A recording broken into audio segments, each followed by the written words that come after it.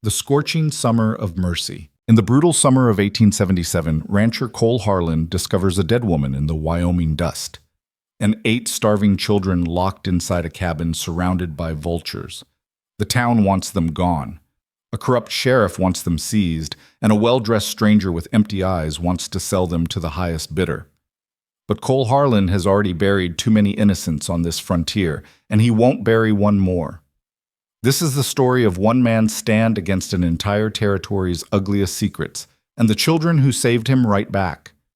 If you're watching from anywhere in the world, drop your city in the comments so I can see how far this story travels. Hit that like button, and let's begin. The heat came first. It always did in Wyoming summers, rolling across the high plains like something alive and hungry, baking the sage until it crackled, turning the sky into a white glare that made a man's eyes water just looking at it.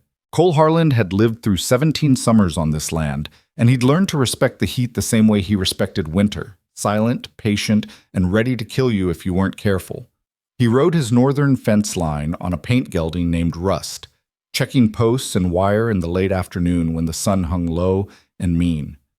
Sweat darkened his shirt between his shoulders. Dust rose with every step the horse took, hanging in the air like fine powder.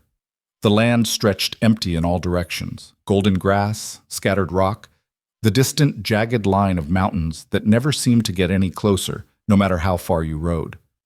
Cole was 34 years old, though the sun and wind had carved lines around his eyes that made him look older. He'd been a widower for 3 years, ever since the fever took Sarah and their infant son in the same terrible week. He didn't talk about it, didn't see the point. Grief was a private thing out here, something you carried alone while you worked, slept, and woke up to do it all over again. The cabin appeared in the distance like a broken tooth, a homesteader's place, abandoned for years, half swallowed by tall grass and creeping vines. Cole had ridden past it 100 times and never given it much thought. Squatters sometimes used it, drifters, people passing through who needed a roof for a night or two before moving on. But today, something was different. Rust's ears swiveled forward, and the gelding slowed without being asked. Cole felt it too, that prickling awareness that came from years of living alone in wild country. Something was wrong. He reined in 50 yards out and studied the place. The cabin door hung open, swaying slightly in the hot breeze. The windows were dark. No smoke from the chimney, no movement, no sound except the dry hiss of wind through the grass. But there were wagon ruts leading up to the door, recent enough that the grass hadn't reclaimed them yet. And lying in the narrow strip of shade along the cabin's east wall was a shape that made Cole's chest tighten. A woman. He dismounted slowly, ground-tying Rust, and approached on foot. The heat shimmered off the earth, making everything waver like a dream. Flies buzzed.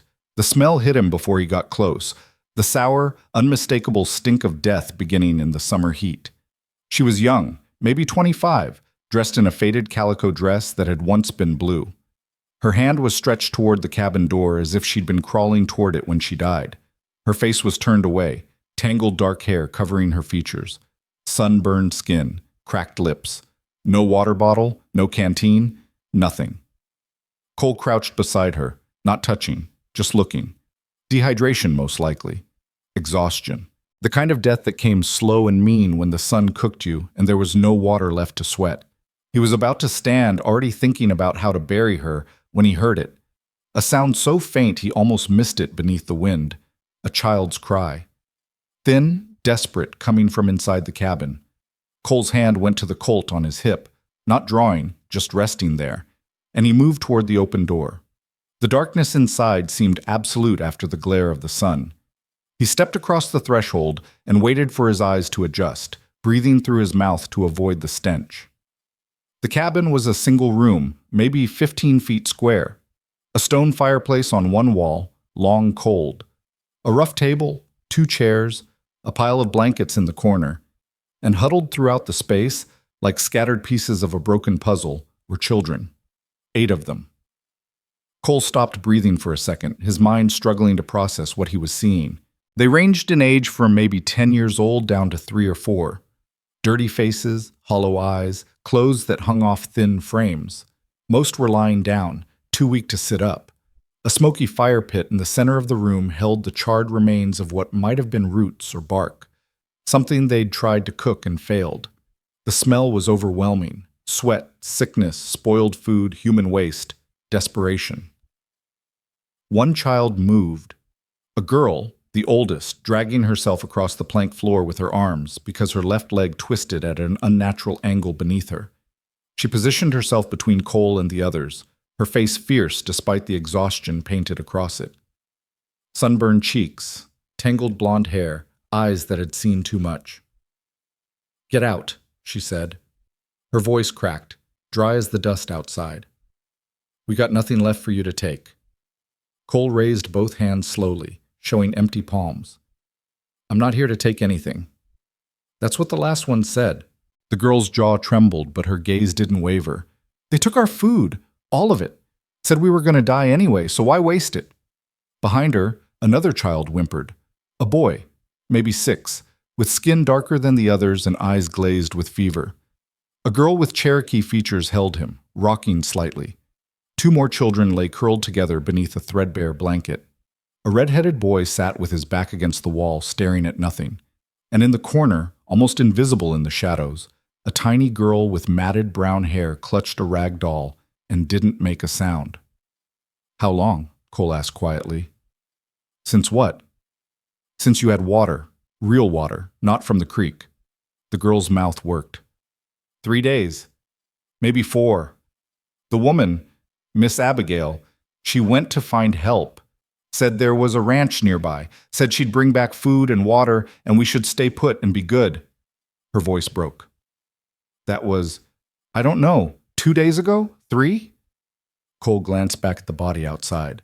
The woman had made it maybe a quarter mile from the main trail before the heat took her. She'd probably been lost, disoriented, dying of thirst herself. She'd died trying to save them. "Where'd you come from?" he asked.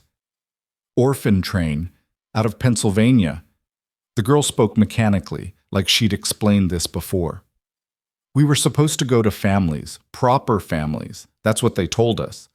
But when we got to Laramie, nobody wanted us." She gestured at her twisted leg. "Nobody wants a cripple, or a half-breed, or a Negro, or kids who are too old or too young or too sick. So Miss Abigail said she'd find us a place, said she knew a good Christian woman who'd take us in." "Where was this place?" "I don't know. She had an address, a letter. But when the wagon broke down, she went looking for help and—" The girl's composure finally cracked. "She left us here. She said she'd come back. She promised." Cole looked at the children again, really looked. The boy with the fever, the silent girl in the corner, the Cherokee girl, the red-headed boy, a pair of twins with matching hollow eyes, and this fierce blonde girl with the twisted leg who dragged herself across the floor to protect kids who probably weren't even her siblings. He'd seen suffering before, seen death, buried his wife and son with his own hands, and kept going because that's what you did out here. But this, 8 children, abandoned and left to die because nobody wanted them, this was different. This was cruelty dressed up as civilization. "What's your name?" he asked the girl. She hesitated, like even that information might be dangerous. Nora Vance. "I'm Cole Harland. I've got a ranch about 3 miles south. Water, food, beds, shade. You want to come with me, you can. All of you." Nora's eyes narrowed with suspicion so deep it hurt to see in a child's face. "Why?" "Because you'll die if you stay here. People don't just help, not for free. I'm not asking for payment." "Then what do you want?" Cole thought about that. What did he want? To sleep through the night without dreaming of Sarah's last breath? To stop seeing his infant son's face every time he closed his eyes? To feel like his life meant something more than fence posts and cattle and empty rooms? "I want to do something right," he said finally. "That good enough?" Nora studied him for a long moment. Behind her, the other children stirred slightly, hope and fear warring on their faces. Finally, she spoke. "Miss Abigail, the woman outside, she died trying to save us." Nora's voice hardened. "She deserves a proper burial, not left for the buzzards. You do that first, then we'll come." Cole looked at this 10-year-old girl with a broken leg who was making demands of a grown man twice her size and felt something shift in his chest, something that had been frozen solid for 3 years. "All right," he said. "I'll bury her. But first, let's get some water in you. All of you. Can't have you dying on me before we even start." It took an hour to get them stable enough to move. Cole fetched water from his canteen and made them drink slowly. Not too much, not too fast, or they'd just vomit it back up.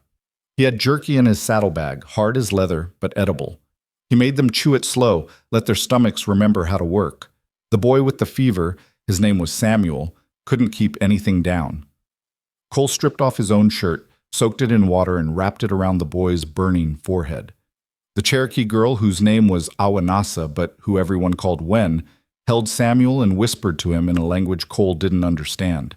The twins were David and Daniel, 8 years old, so alike Cole couldn't tell them apart. The red-headed boy was Patrick, 9, Irish by his accent. There was a 6-year-old girl named Mary with a persistent cough that sounded like it came from deep in her lungs. And then there was the smallest one. "What's her name?" Cole asked, nodding toward the silent girl in the corner. "Lily," Nora said quietly. "She hasn't talked since Philadelphia. Not one word." "What happened?" "Don't know. She was like that when we got on the train. Some of the attendants said her parents died bad. Fire, maybe, or fever. Nobody knows for sure." Cole approached Lily slowly, crouching down to her level. She was tiny, maybe 4 years old, with huge brown eyes that looked right through him. He held out a piece of jerky. She didn't move. "It's all right," he said softly. "You don't have to talk. You don't have to do anything you don't want to do. But you need to eat something, Lily. Just a little bit. Can you do that for me?" For a moment, nothing. Then her small hand reached out, took the jerky, and retreated back into herself. She didn't eat it, just held it. But it was something. Cole buried Abigail Brennan in the rocky soil behind the cabin, using a shovel he'd found inside, probably the same one she'd planned to use to plant a garden that would never exist. The ground was hard, baked solid by the sun, and it took him the better part of an hour to dig deep enough to keep the scavengers out. Nora watched from the cabin doorway, leaning on a makeshift crutch Cole had fashioned from a broken chair leg. She didn't cry, just watched, her face set like stone. When he was done, Cole stood over the grave, hat in his hands. He wasn't much for words, but it seemed wrong to say nothing. "I didn't know you, ma'am," he said quietly. "But you died trying to save these kids, and that counts for something. I'll make sure they're all right. I promise you that. May you rest easy." He replaced his hat and walked back to the cabin where 8 pairs of eyes watched him with varying degrees of hope, fear, and exhaustion. "All right," he said. "Let's go home." Oh, the journey was brutal. 3 miles didn't sound like much, but when you had 8 children in various states of collapse and only 1 horse, it became an ordeal. Cole put the smallest ones on rust, Lily, Mary, and Samuel, tied in place with ropes so they wouldn't fall. The others would have to walk. Nora insisted on walking despite her leg. Cole didn't argue. He'd already learned that arguing with Nora Vance was about as useful as arguing with the weather. They moved slowly, stopping every few hundred yards when someone stumbled or needed water. The sun hammered down, relentless. Patrick threw up twice from heat and exhaustion. David, or was it Daniel, started crying and couldn't stop until his twin held his hand.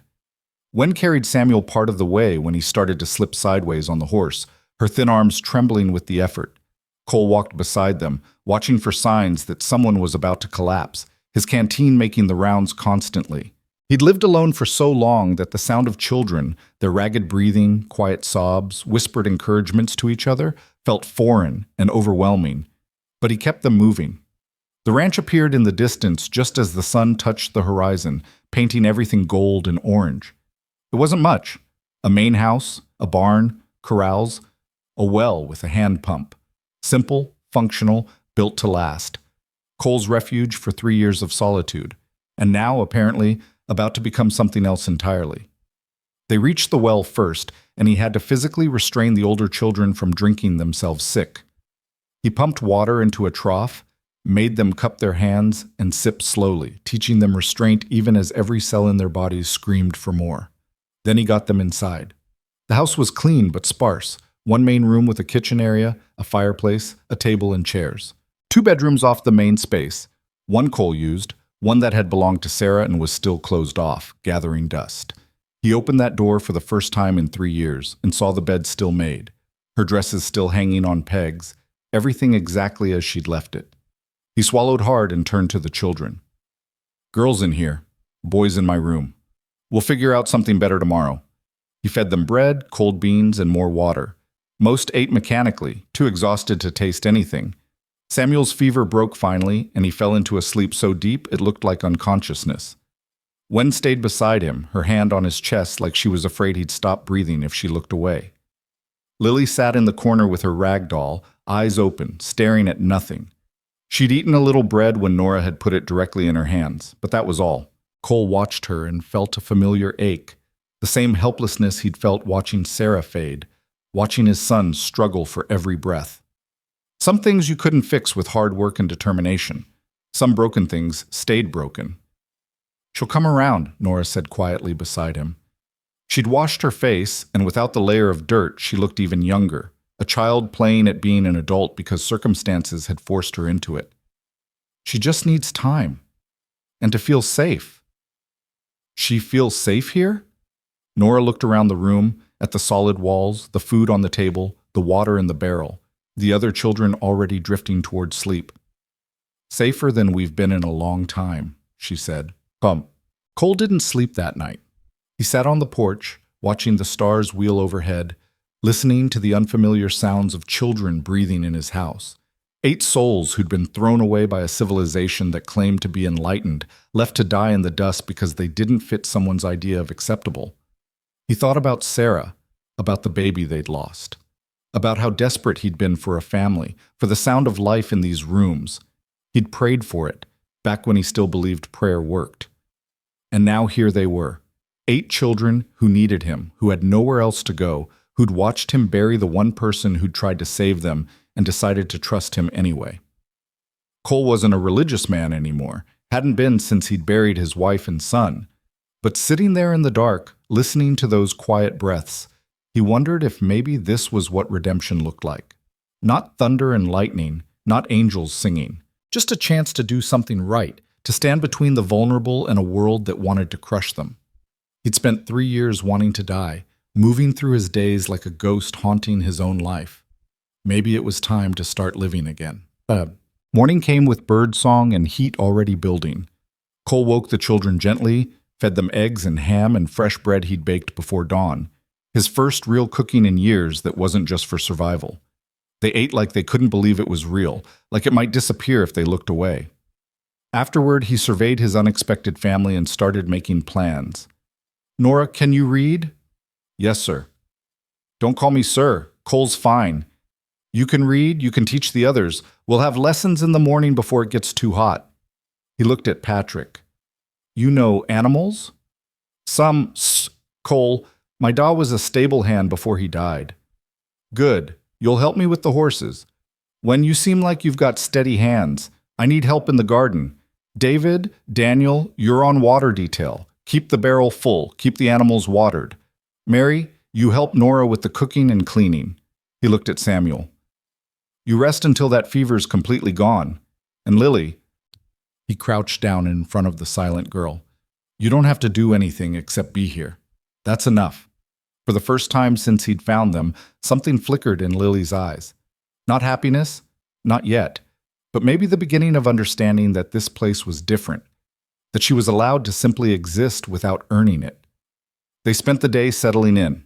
Cole showed the boys how to work the pump, taught the girls where the cooking supplies were kept, helped Nora fashion a better crutch from seasoned wood. He watched them explore cautiously, touching things like they couldn't believe they were allowed, claiming small spaces as their own. And for the first time in 3 years, his house felt like a home. But Cole Harlan knew better than to trust peace. He'd lived on this frontier long enough to know that nothing good came easy, and nothing worth having came without a fight. These children were safe for now, but now was a fragile thing. Trouble was coming. As he could feel it in his bones like weather changing, that electric tension before a storm breaks. Someone, somewhere, had noticed 8 children vanish from the orphan train system. Someone had questions. Someone had plans. And Cole suspected that when trouble finally arrived, it would come dressed in civilized clothes, carrying legal papers, speaking in calm, reasonable tones about what was best for the children. The most dangerous kind of trouble always did. 3 days passed in relative peace. Cole taught the boys how to mend fence. Nora started lessons, using an old Bible and a catalog as reading primers. Wen helped plant late-season vegetables, her hands gentle and sure with the seedlings. Mary's cough improved in the dry air. Samuel's fever stayed gone. And Lily still didn't speak, but she started following Cole around like a shadow, staying just out of reach, but always nearby, watching everything he did with those enormous eyes. On the 4th day, Cole rode into town for supplies. Redemption. Wyoming was barely worthy of the name. 1 street, maybe 30 buildings, a population that swelled to 300 when the ranchers came in on Saturday nights. A general store, a saloon, a church, a sheriff's office, a doctor's office that doubled as the undertaker's, and a hotel that rented rooms by the hour or the month with equal indifference. Cole tied Rust outside Palmer's Mercantile and went inside. A list Nora had written in careful script tucked in his shirt pocket. Flour, sugar, coffee, lamp oil, fabric for clothes. The children were wearing rags that wouldn't last another washing. Mrs. Palmer, a round woman with sharp eyes and a sharper tongue, noticed immediately. "Heard you've taken in some orphans, Mr. Harland." Word traveled fast in small towns. Cole had been hoping for another day or two before the gossip machine ground into motion. No such luck. "That's right," he said evenly, setting items on the counter. 8 of them, I heard, from that orphan train that came through last month. "Yes, ma'am." That's quite a responsibility for a single man. Folks are wondering about the propriety of the situation. Cole stopped counting coins and looked at her directly. The propriety of not letting children starve to death in the sun? Mrs. Palmer had the grace to flush slightly. "Well, of course, when you put it like that. But still, Mr. Harland, there are procedures, proper channels. The church has a committee for orphan placement. Perhaps it would be better if—" "The church committee already decided these children weren't worth placing," Cole interrupted quietly. "Too damaged, too different, too inconvenient. So they got left behind to die. I found them in time. End of story." "But surely—" "Are you going to sell me these supplies or not, Mrs. Palmer?" She pressed her lips into a thin line but rang up his purchases in silence. Cole paid, loaded his saddlebags, and was about to mount up when a voice stopped him. "Mr. Harland, a word." Cole turned to find Sheriff Rex Crowley approaching, a tall man with a politician's smile and a gunfighter's eyes. They'd never been friends. Crowley was the kind of lawman who enforced whatever rules benefited him personally and ignored the ones that didn't. "Sheriff, heard an interesting story. You've got 8 orphans living at your place." News travels fast. It does when it's unusual. Single man, bunch of kids, no legal guardianship papers, no oversight from any proper authority. Crowley shook his head in mock concern. "That's the kind of situation that raises questions, Cole." "Questions like what?" "Like whether those children are being properly cared for, like whether it's appropriate for them to be in that situation, like whether the law needs to step in and ensure their welfare." Cole heard the unspoken threat clearly. Those kids are fed, sheltered, and safe. That's more than they were 4 days ago. "But is it legal?" Crowley smiled, showing too many teeth. "That's the real question, and I suspect the answer is no, which means I might have to pay you a visit, official business, make sure everything's proper." He let the word hang there, the same word Mrs. Palmer had used, weaponized now. Cole met his eyes steadily. "You do what you think is right, Sheriff. So will I." Crowley's smile widened. "I'll be seeing you soon, Cole, real soon." He walked away and Cole stood in the dusty street, watching him go, a cold certainty settling in his chest. The storm was coming, and it was going to be worse than he'd thought. Cole rode back to the ranch with Crowley's threat hanging over him like a noose, the summer sun beating down mercilessly as Rust's hooves kicked up small clouds of dust with each step. The saddlebags were heavy with supplies, but heavier still was the knowledge that he'd just painted a target on his back. and on 8 children who'd already survived more than most adults ever would. The ranch appeared in the distance, and even from half a mile out, he could see activity in the yard. Patrick was working with one of the young horses in the corral, his movements patient and sure. Wen was in the garden, her dark hair tied back with a strip of cloth. The twins were hauling water from the well, working together with the unconscious coordination that only twins seem to possess. And on the porch, Nora sat with Mary and Samuel, a book open on her lap, teaching them letters in the shade. Lily was there too, silent as always, but listening. Her rag doll sat beside her, positioned carefully like it was another student. It looked peaceful, normal, like a family, the kind of thing that men like Rex Crowley couldn't stand to see if it didn't fit their idea of how the world should work. Cole dismounted and unloaded the supplies, carrying them inside where the temperature was at least 10 degrees cooler than the yard. Nora followed him in, her crutch tapping against the wooden floor. "You were gone longer than usual," she observed.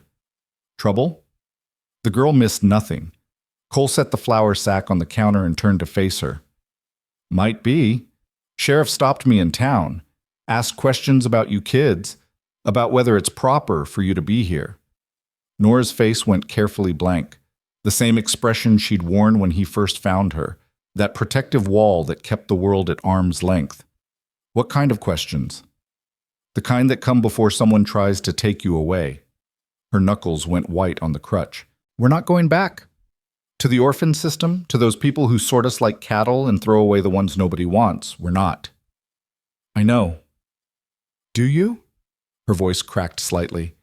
"Do you know what it's like, Mr. Harland? Standing in a train station while families walk past, looking at you like you're livestock at auction, having people lift your skirt to check your leg and then shake their heads like you're damaged goods? Watching Wen get passed over because she's too Indian? Watching Samuel get ignored because he's black? Watching Lily stand there silent while people say she's broken beyond fixing?" Cole had seen suffering in his time, had lived through his own version of hell when Sarah and the baby died. But the raw pain in this 10-year-old girl's voice was something else entirely, the kind of wound that came from being told repeatedly that you weren't worth loving. "I know what it's like to lose everything," he said quietly. "And I know what it's like to get a second chance when you don't deserve one. Those kids out there, you included, you're my second chance, Nora, and I'll be damned if I let anyone take that away." She searched his face for a long moment, looking for the lie, the hidden motive, the catch that always came. Finally, something in her eyes softened fractionally. "What are you going to do? Right now? Unpack these supplies and get dinner started. Tomorrow?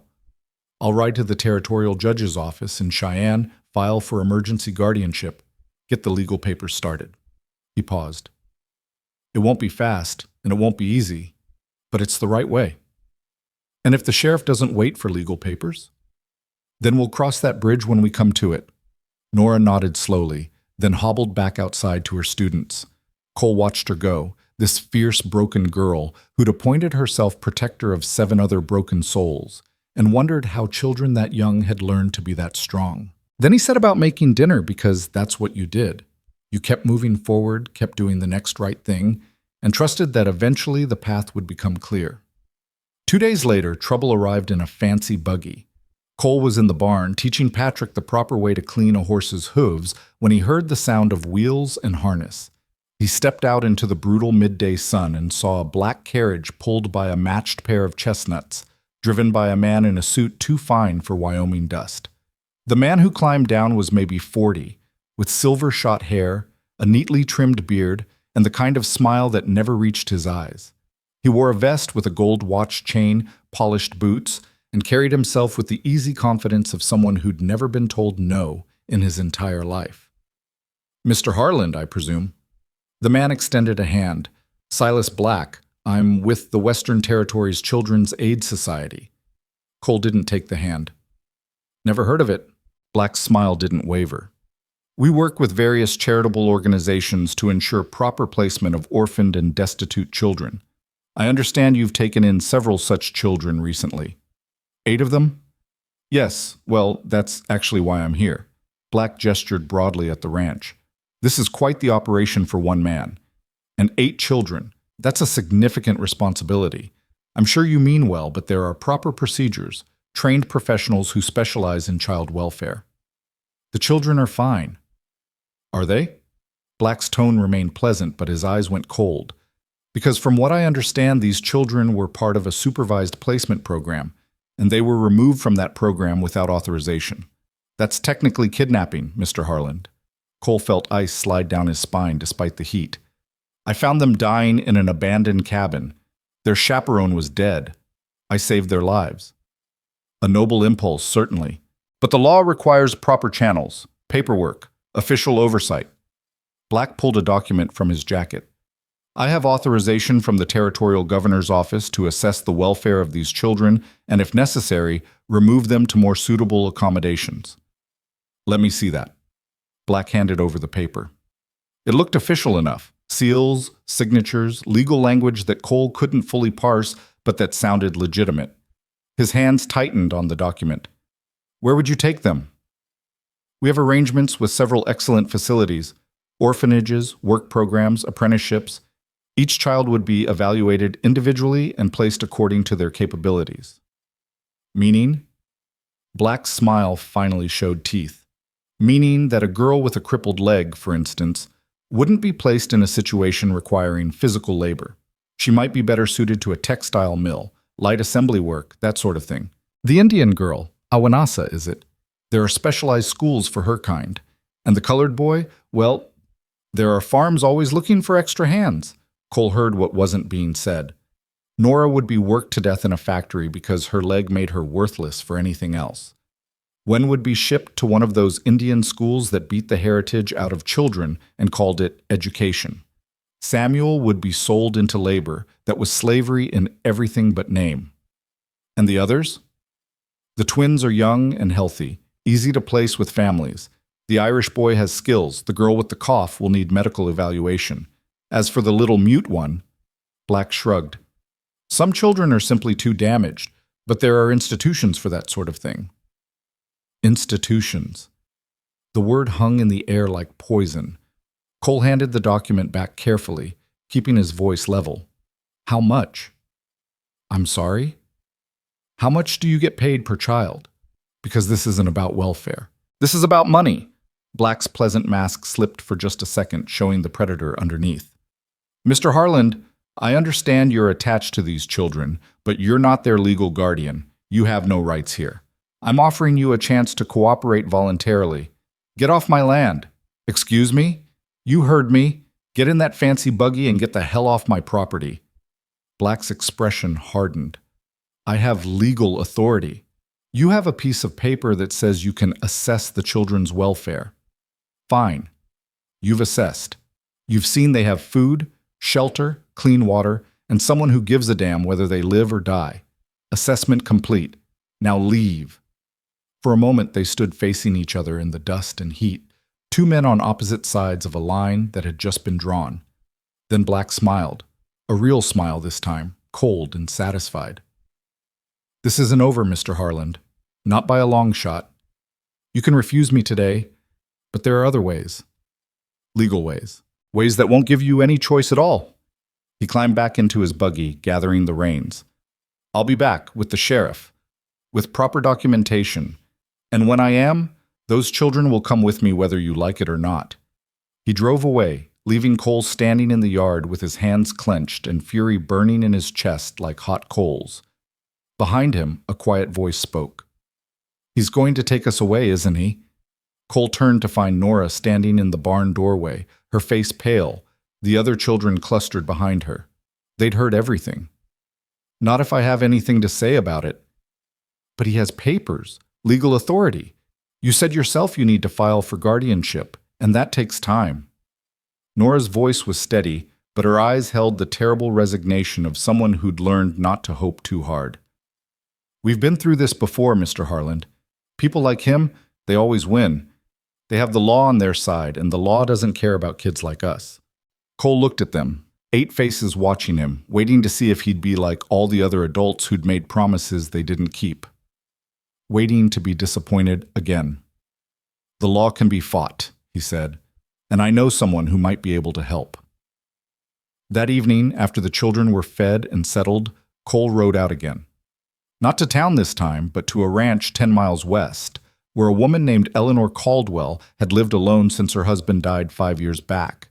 She was maybe 60, sharp as a tack, and owned more land than anyone else in the territory except the railroad.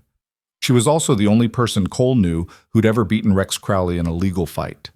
Eleanor received him on her porch, a shotgun leaning against the wall beside her chair, not threatening, just present, the way any sensible person living alone kept a weapon handy. "Cole Harland." She studied him with eyes that missed nothing. "Haven't seen you in near 3 years. Not since Sarah's funeral." "Yes, ma'am." "Heard you've acquired a family. 8 orphans, the story goes. Word travels." "It does. Also heard Silas Black paid you a visit today. That true?" Cole blinked. "How'd you know that?" "Because he paid me a visit 3 hours ago, asking questions about you, wanting to know if you were financially stable, morally upright, fit to care for children." She smiled grimly. "I told him you were the most stubborn, cantankerous, antisocial man I'd ever met, but that you had more integrity in your little finger than he had in his entire body. He didn't appreciate that much." Despite everything, Cole felt his mouth twitch. "I appreciate it, though." "Don't. It was the truth." She gestured to a chair. "Sit down and tell me what's really going on." Cole sat and laid it all out, finding the children, the dead woman, Crowley's threats, Black's visit, the legal papers that gave him authority to take the children away. Eleanor listened without interrupting, her face growing darker with each detail. When he finished, she was quiet for a long moment. "Silas Black," she said finally, "is a piece of work. He shows up every few months with his Western Territories Children's Aid Society, which sounds official but is really just him and a couple of cronies. He takes orphans, usually the ones nobody else wants, and places them in what he calls appropriate situations. Factories, farms, brothels if they're old enough and desperate enough." "Brothels? Where do you think damaged girls end up when nobody's watching, Cole?" "He doesn't call it that, of course. He calls it domestic service or hospitality work. But it amounts to the same thing." Her voice hardened. "I've been trying to expose him for 2 years. Every time I get close, he moves operations, changes names, finds a new sheriff willing to look the other way." "Crowley's protecting him." "Crowley's on his payroll, has been for at least a year. Every child Black places, Crowley gets a cut. It's slavery dressed up in legal paperwork, and it's happening right under our noses because nobody wants to admit that civilized society can be just as brutal as the worst outlaw."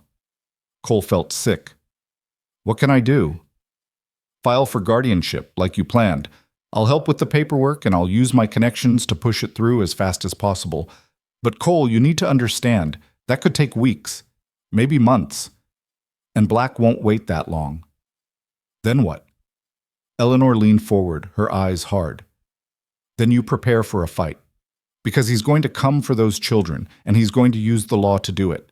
You need witnesses, documentation, proof that you're providing adequate care, testimony from reputable citizens. Build a case so strong that when he does come, you have ammunition to fight back." "Will that be enough?" "Honestly, I don't know. Black's got resources, connections, money. He's got the territorial government convinced he's doing God's work. But if we can expose what he really is, if we can prove that those children are better off with you," she paused. "It's a chance. Better than no chance at all."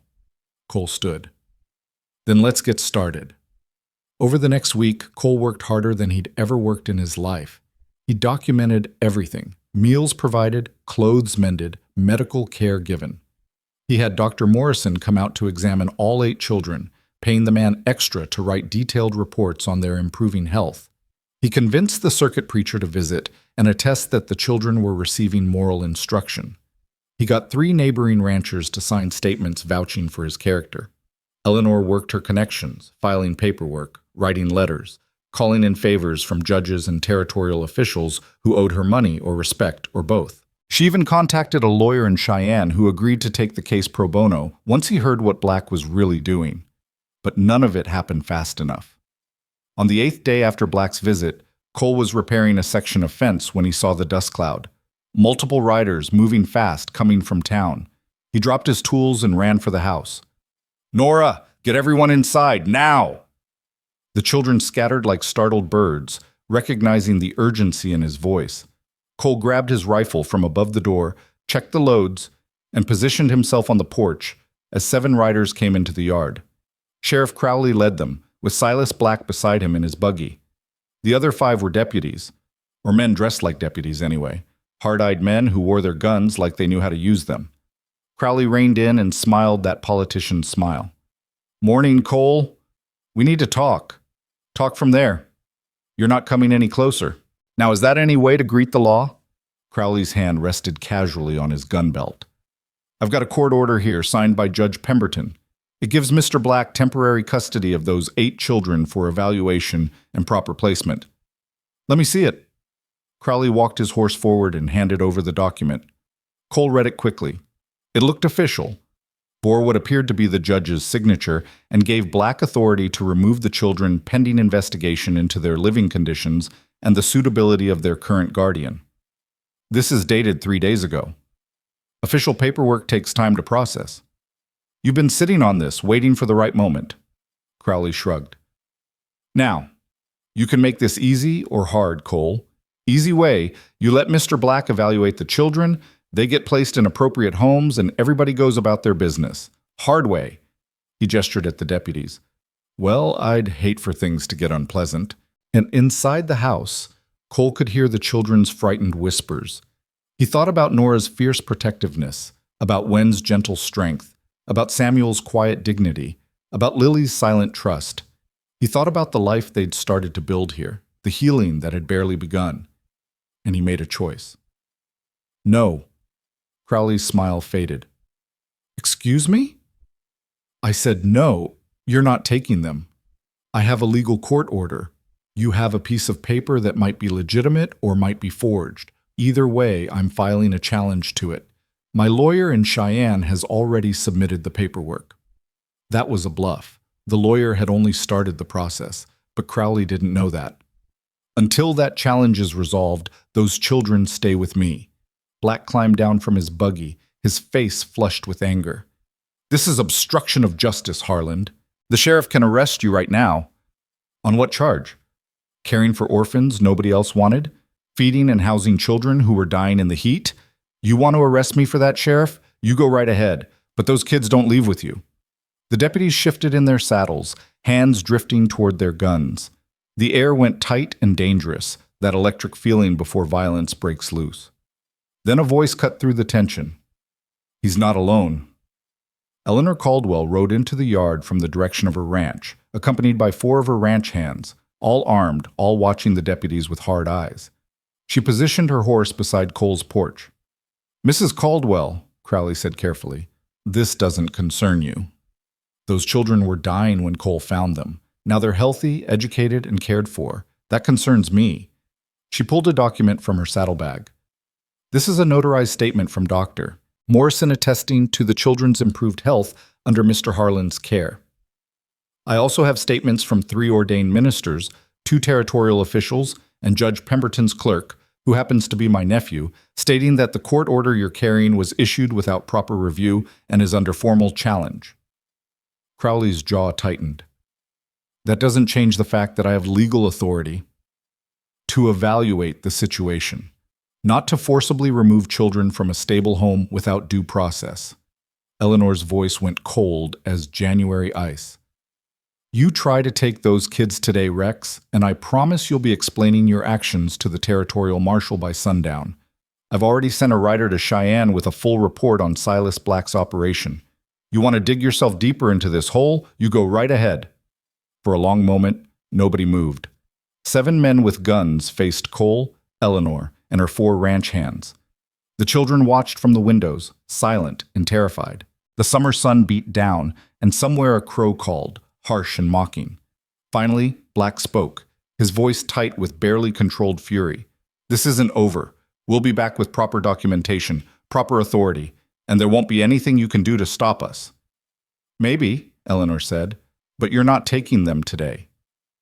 Crowley stared at Cole for a long moment, his eyes promising violence later, then wheeled his horse around. "Let's go." They rode out in a cloud of dust and frustrated anger, leaving Cole and Eleanor standing in the yard with adrenaline still singing through their veins. "Thank you," Cole managed. "Don't thank me yet. We bought time, nothing more." Eleanor dismounted, handed her reins to one of her men. Black meant what he said. He'll be back, and next time he'll come prepared. The door opened and the children spilled out, led by Nora.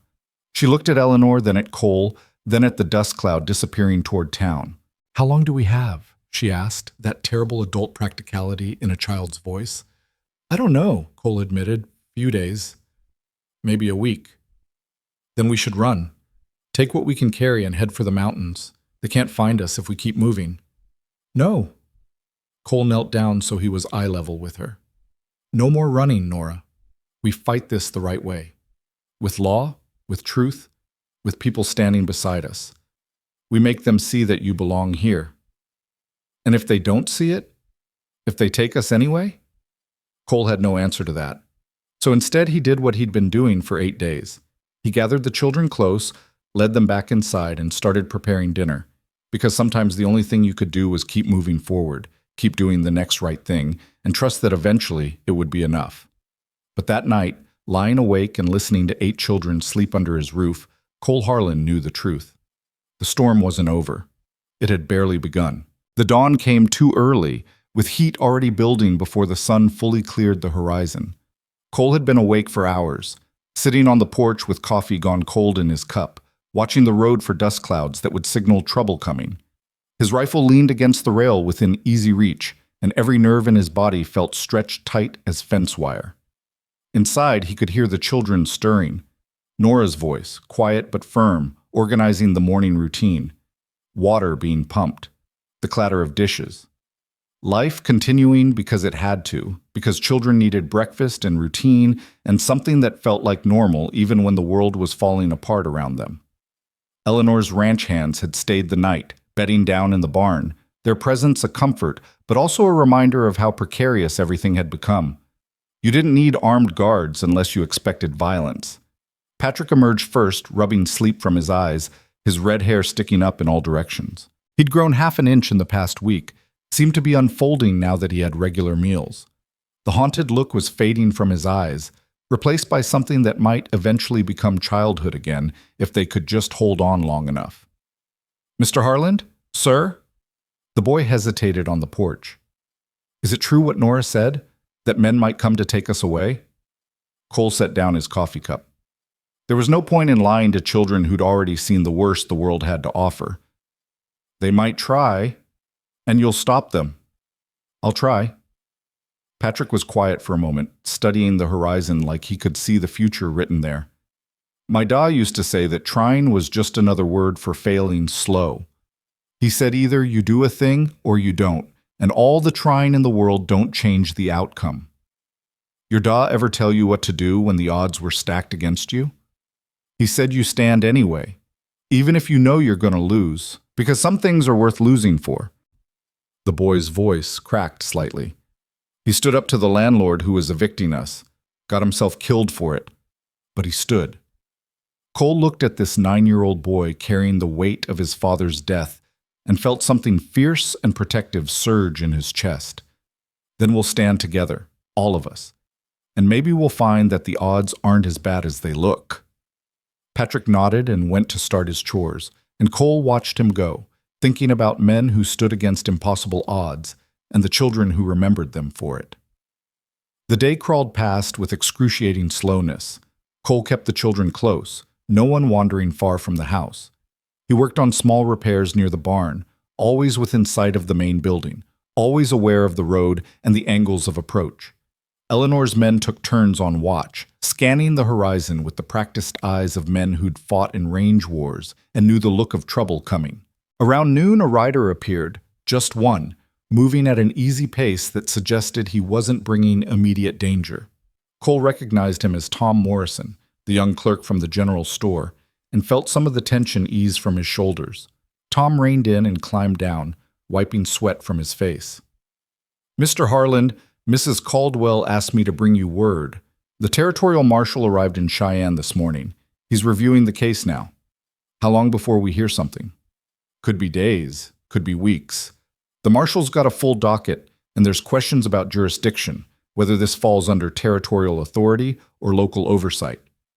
Tom pulled an envelope from his saddlebag. "Mrs. Caldwell also sent this. Letters from families in 3 different counties offering to testify on your behalf. Character witnesses. People willing to swear you're fit to care for these children.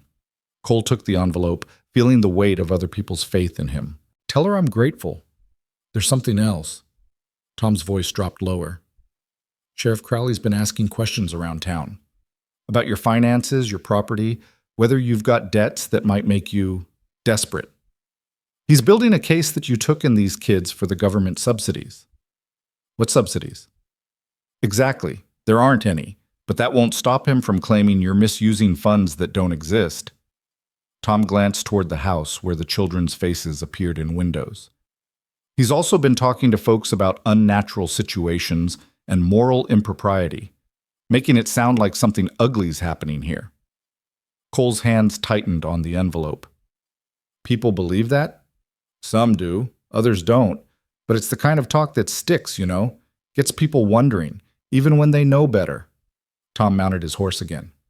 Mrs. Caldwell said to tell you she's working on it, getting ahead of the gossip. But you should be prepared. This is going to get worse before it gets better. He rode off, leaving Cole standing in the yard with a fistful of letters and a new understanding of how Crowley planned to fight this battle. Not with guns and force, not yet, but with whispers and insinuation, poisoning the well of public opinion until no one would stand beside a man accused of such things.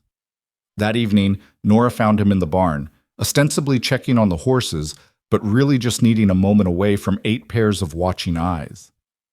The others are scared, she said without preamble, leaning on her crutch in the doorway. They're trying not to show it, but they are, even when, and she never shows anything. I know. Lily asked me today if you were going to send us back. She didn't use words, she never does, but she pointed at the road and then at herself, and the question was clear enough. Nora's voice wavered. I told her no. Was I lying? Cole turned to face her fully. I meant what I said. I'm not giving you up without a fight. But what if the fight's not enough? What if they come with more men, more guns, more legal papers that say we have to go?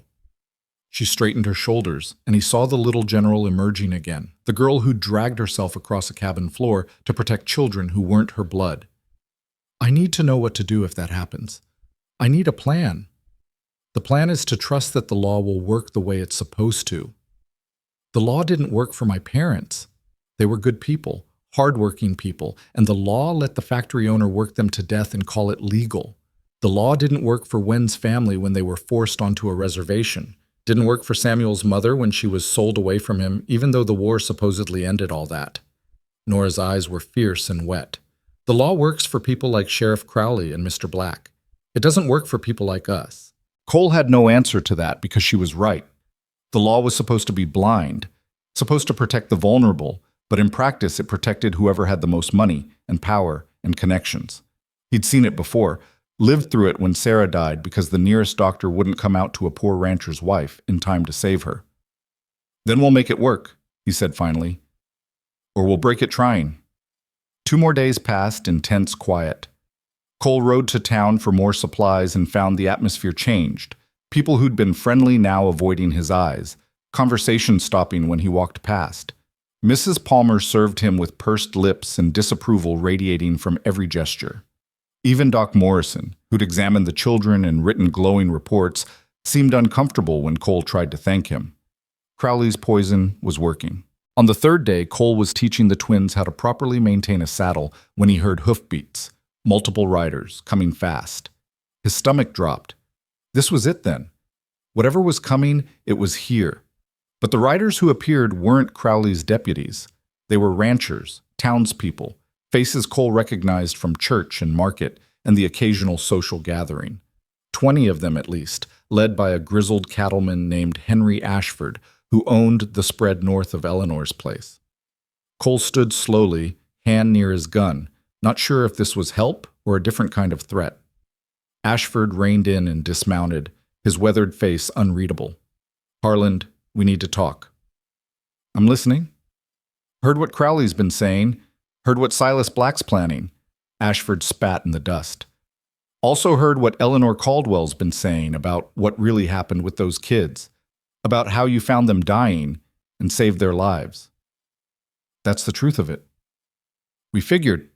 Ashford gestured at the riders behind him. Most of us got kids of our own. Some of us got orphans we took in after the war, after the fever years, after whatever tragedy left children alone. We know what it looks like when a man's doing right by kids who need help. He paused. And we know what it looks like when someone's trying to profit off misery. Another rider spoke up. A woman Cole didn't know, wearing men's clothes and sitting her horse like she'd been born to it. I lost my daughter to one of Black's work programs 3 years back. Said he was placing her with a good family in Denver.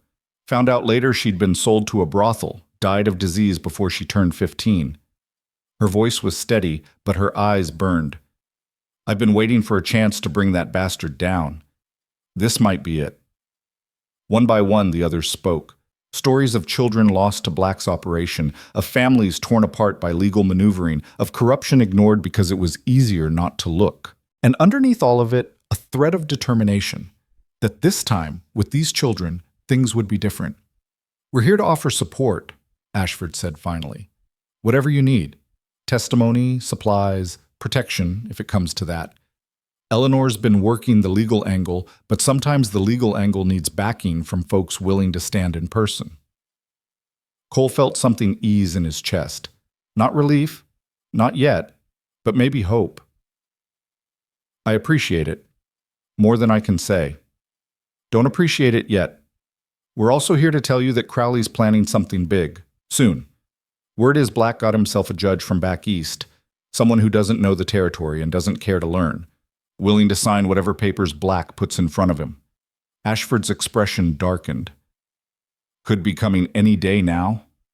As if summoned by the words, dust appeared on the southern road. More riders moving with purpose. Ashford saw them and swore softly. That's probably them now.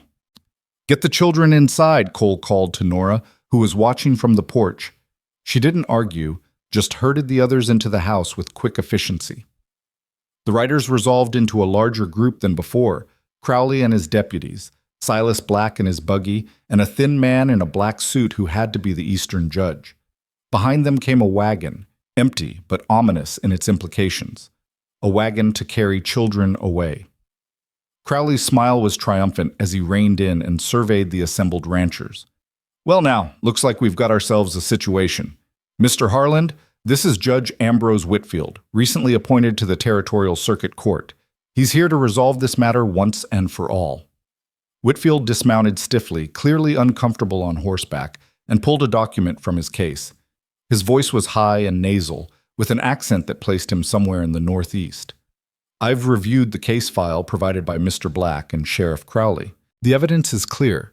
These children are wards of the state, improperly removed from authorized care, and subject to immediate return to proper supervision.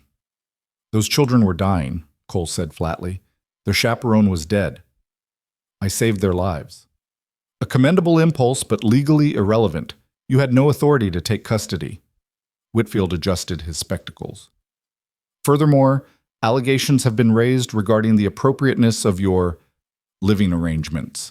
A single man with 8 children, no female supervision, questions of moral fitness. That's horseshit, and you know it, Ashford cut in. Cole Harlan's about the most upright man in this territory. You want to question someone's moral fitness, start with the man selling children to whorehouses and calling it charity work. Black's face went red. How dare you? How dare I? The woman who'd lost her daughter urged her horse forward. You killed my Sarah. Sold her like livestock and pocketed the money. How many others, Black? How many children have you trafficked? These are baseless accusations from clearly biased sources, Whitfield said, though he looked uncomfortable. The law is clear. The law is whatever you make it. Eleanor Caldwell's voice rang out as she rode into the yard, accompanied by another man Cole didn't recognize. Judge Whitfield, I'd like you to meet Daniel Warren, federal prosecutor from the Department of Justice. He's been investigating Mr. Black's operation for 6 months. Warren was a compact man with steel gray hair and eyes that could cut glass. He dismounted and approached Whitfield with the confidence of someone who held all the cards and knew it. Judge Whitfield, any orders you issue in this matter will be subject to immediate federal review. We have evidence of child trafficking, fraud, corruption of public officials, and conspiracy crossing state and territorial lines. This case falls under federal jurisdiction, which supersedes your authority. He produced his own document. This is a temporary restraining order preventing the removal of these children pending investigation. It's been signed by the territorial marshal and carries the full weight of federal law. Whitfield's face went pale. Crowley's hand drifted toward his gun, then stopped when he saw Eleanor's ranch hands doing the same. Black stood in his buggy, his polished veneer cracking. "This is absurd. I've done nothing illegal. I help children. You sell them." Warren's voice was cold. "We have bank records showing payments to Sheriff Crowley. We have testimony from families who paid you placement fees that went straight into your pocket. We have a witness who escaped from one of your work programs and is willing to testify about conditions that amount to slavery." He looked at Crowley. "We also have evidence that you've been receiving monthly payments from Black's operation. That's corruption, Sheriff. Federal offense. Carries serious prison time." The yard went silent, except for the wind and the nervous shifting of horses. Crowley's hand was still near his gun, his face twisted with calculation. Cole could see him weighing options, deciding whether to fight or fold. Then Lily screamed. The sound ripped through the tension like a knife, high, terrified, absolute. Cole spun toward the house and saw smoke curling from the barn, thin tendrils that were already thickening into something worse. "Fire!" Patrick's voice, panicked, from inside the structure. Cole ran. Behind him, he heard shouts, confusion, but all he could think about was Patrick in the barn, the horses trapped in their stalls, and 8 children who'd already survived too much to die in flames now. The smoke was thick inside, acrid and choking. He could see flames licking up the far wall where the hay was stored. Someone had set this deliberately, probably during the confrontation in the yard while everyone's attention was elsewhere. "Patrick!" Cole shouted. "Here!" The boy emerged from a stall leading a panicked horse. "I got 3 out, 2 more inside." "Get clear. I'll get them. But go!" Patrick ran for the door as Cole plunged deeper into the smoke. His eyes watered, his lungs burned, but he found the first horse and got it moving, slapping its rump to send it galloping toward safety. The second was more panicked, rearing and screaming, and it took precious seconds to calm it enough to lead it out. By the time he emerged, coughing and half blind, the fire had spread to the roof. Flames roared into the summer sky, and people were running with buckets from the well, a futile effort against an inferno that had been expertly set to burn fast and hot. And in the yard, Crowley had his gun drawn. "Nobody moves," the sheriff said, his voice tight with desperation. "This is still a legal matter, and I'm still the law here." Warren faced him calmly, despite the weapon pointed at his chest. "Put the gun away, Sheriff. It's over." "It's not over until I say it's over. Those kids are coming with us. The fire's proof that Harlan can't protect them." "You set that fire!" Eleanor's voice cut like a whip. "Or had one of your men do it. Arson, destruction of property, attempted murder if anyone had died." Crowley's eyes darted wildly. Behind him, his deputies were backing away, hands raised, wanting no part of what was about to happen. Black was climbing into his buggy, preparing to run. "You're not taking them," Cole said, stepping forward despite the gun. His barn was burning, his livelihood going up in smoke, but all he could think about was 8 children watching from the house windows. "You'll have to shoot me first, and there's 20 witnesses here who'll testify that you murdered an unarmed man in cold blood." For a long moment, Crowley's finger tightened on the trigger. Cole could see the calculation in his eyes. Whether pulling it was worth the consequences, whether his corruption and desperation had pushed him far enough to commit murder in front of this many people. Then Nora's voice rang out, clear and carrying. "Lily's hurt!" Everyone turned. The little girl stood on the porch, held by Nora, and even from across the yard, Cole could see she was shaking violently. The screams had stopped, but her eyes were wide and unseeing, lost in whatever terror the fire and smoke had triggered in her damaged mind. Wen was there too, and Samuel and the twins all clustered around their smallest member trying to comfort her.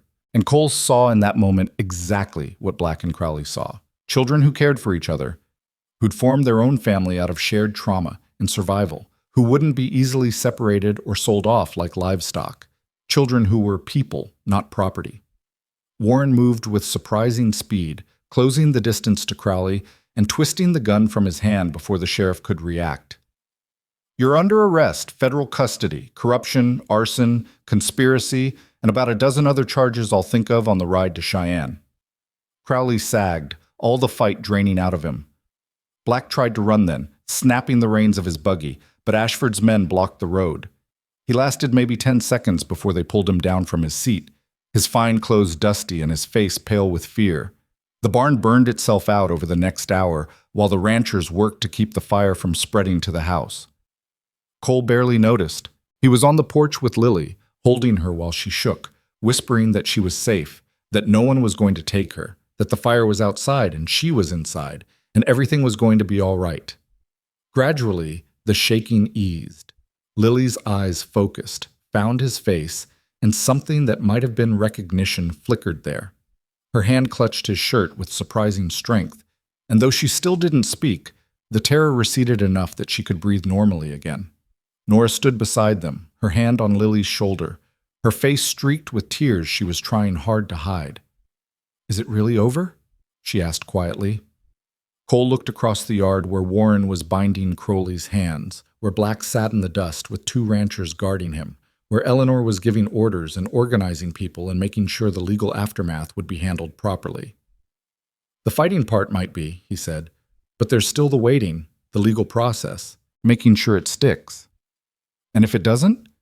He pulled her close with his free arm, this fierce, broken girl who'd protected 7 other children with nothing but determination and love. "Then we'll figure something else out, together, all of us." The barn was a total loss, just a skeleton of blackened beams and ash where his hay and tools and tack had been. But the children were safe. The threat was gone. And standing in the yard with the smell of smoke still thick in the air, Cole felt something he hadn't felt in 3 years. Hope. The smoke still hung in the air 3 hours later, a gray pall that drifted across the yard and stung the eyes. Cole stood in front of the barn's charred skeleton, looking at what had been his livelihood reduced to ash and blackened timber. The summer sun was setting now, painting everything in shades of orange and red that made the destruction look even worse, like the fire was still burning in memory if not in fact. Eleanor approached from behind, her boots crunching on debris. "Could have been worse, could have spread to the house, could have killed someone." "Could have," Cole agreed. His voice sounded hollow even to himself. "Insurance won't cover arson if they can prove it was set deliberately to target you specifically, rather than random vandalism." She said it matter-of-factly, the way she said most things, not cruel but not sugarcoating either. "You're looking at rebuilding from scratch, lumber, nails, labor. Months' work at least, probably 2.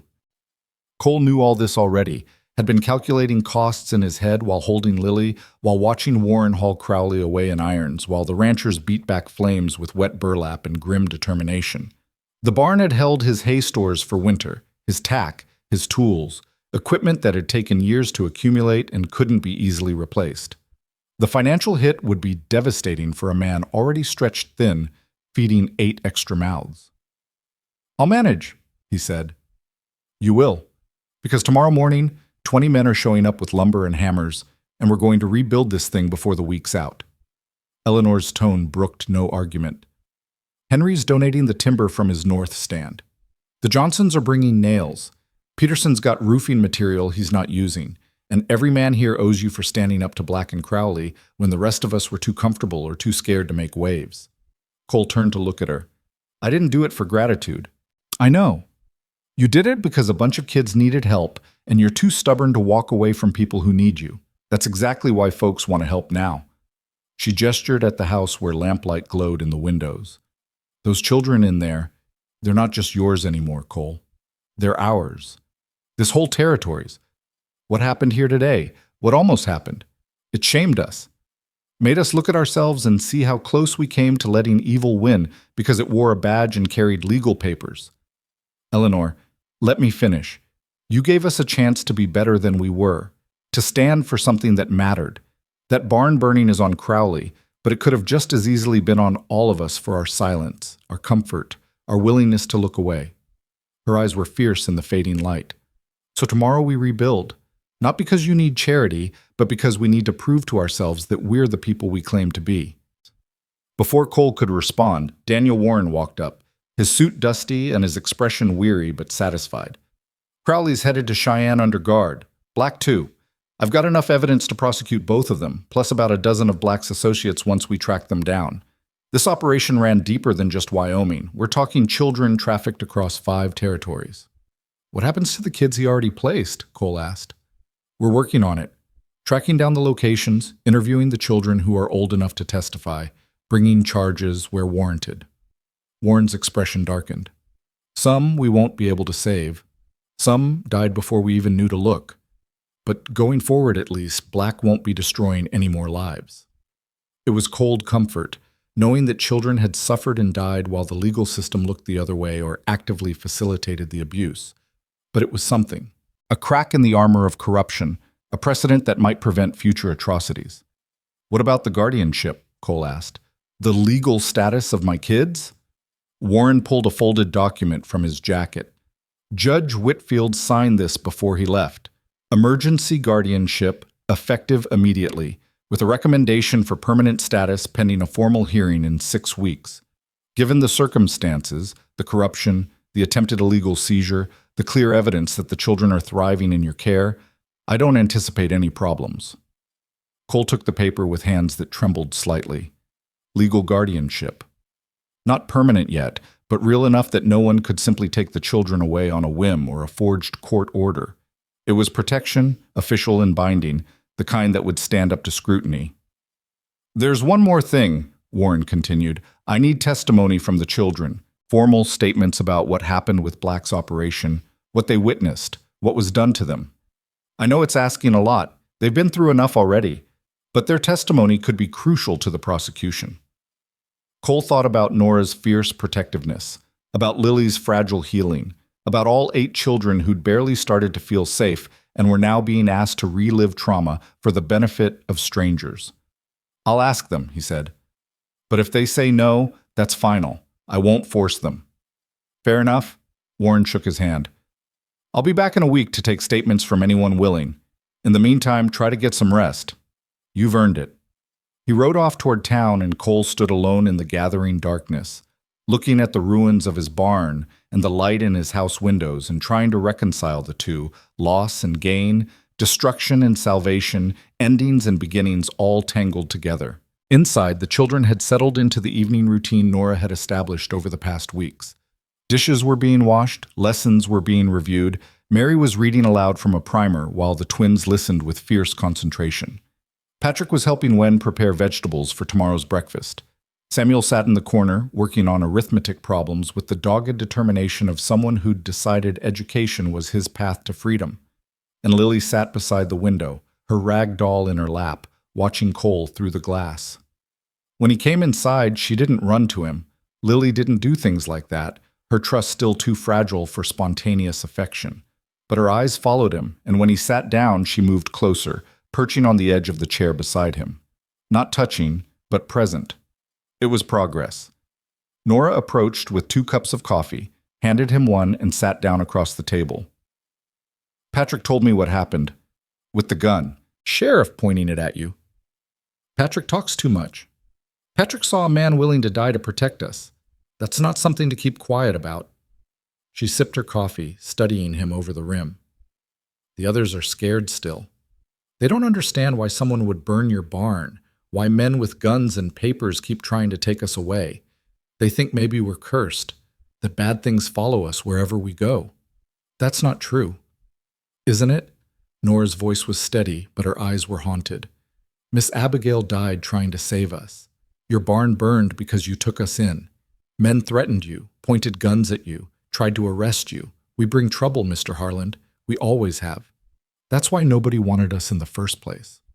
Cole set down his coffee and leaned forward, meeting her eyes directly. Listen to me, Nora. What happened today, that wasn't because of you. That was because bad men were profiting from hurting children, and when someone finally stood up to them, they lashed out. The barn burning, the threats, all of it. That's on Crowley and Black, not on 8 kids who never did anything except survive when the world tried to kill them. But if you weren't here, I'd still be living alone in this house, half dead inside, going through the motions of life without actually living. You think you brought me trouble. You brought me purpose. You brought me a reason to get up in the morning that isn't just habit. You brought me back to life." His voice roughened. "So don't you dare apologize for existing. Don't you dare think you're anything but the best thing that's happened to me in 3 years." Nora's eyes filled with tears she was too proud to let fall. She nodded once, sharply, and stood up. "I'll tell the others. About the guardianship papers.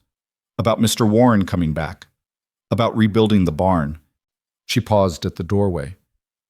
"Thank you for everything, for finding us, for keeping us, for not giving up. Thank you for letting me." She managed to smile and disappeared into the other room, and Cole heard her gathering the children, her voice calm and steady as she explained what was happening, what it meant, why they could finally start to believe they were safe. Lily remained beside him, still silent, still watching. Cole wondered what went on behind those enormous brown eyes, what memories haunted her, what words she might speak if she could find the courage or the healing required to use her voice again. "You don't have to talk," he said quietly. "Not ever, if you don't want to. You're enough just as you are, Lily, exactly as you are." She blinked slowly, processing this, then did something she'd never done before. She reached out and took his hand, her small fingers wrapping around his calloused palm. Didn't say anything, didn't need to. The touch said everything. They sat like that until full dark fell, and Cole felt something he'd thought died with Sarah. The fierce protective love of a parent for a child. The bone-deep certainty that he would burn down the world before he let anyone hurt this little girl or any of the others sleeping under his roof. Morning came with the sound of wagons and voices. True to Eleanor's word, the ranchers arrived before the sun was fully up, bringing lumber and tools and a determination that bordered on grim satisfaction. 20 men became 30 by mid-morning, then 40 by noon. Women came too, bringing food and water and organizing the children to stay safely clear of the construction. Henry Ashford took charge of the actual building with the confidence of a man who'd raised a dozen barns over a long lifetime. He directed men to clear the debris, lay new foundation posts, begin framing walls with swift efficiency that came from years of practice. Cole worked alongside them, grateful for the physical labor that kept his hands busy and his mind from dwelling on everything that could still go wrong. Patrick worked too, carrying nails and boards, learning carpentry from men who taught with gruff kindness. The twins hauled water. Samuel helped organize materials despite being half the size of most workers. And Nora oversaw it all from the porch, her crutch beside her, calling out warnings when someone got too close to the children, or when lunch was ready, or when someone needed bandages for minor cuts and scrapes. She'd appointed herself quartermaster and took the job seriously, making sure everyone stayed fed and hydrated and safe. By evening, the basic structure stood. Walls framed, roof beams in place, enough completed that it looked like a barn again instead of a pile of ash. The men worked by lamplight for another hour, determined to make as much progress as possible, and when they finally quit for the night, exhausted and satisfied, the barn was more than halfway finished. 2 more days like this, Henry declared, accepting coffee from Wen with a nod of thanks, and you'll have a barn better than the one that burned. Stronger foundation, better drainage, room for expansion if you need it.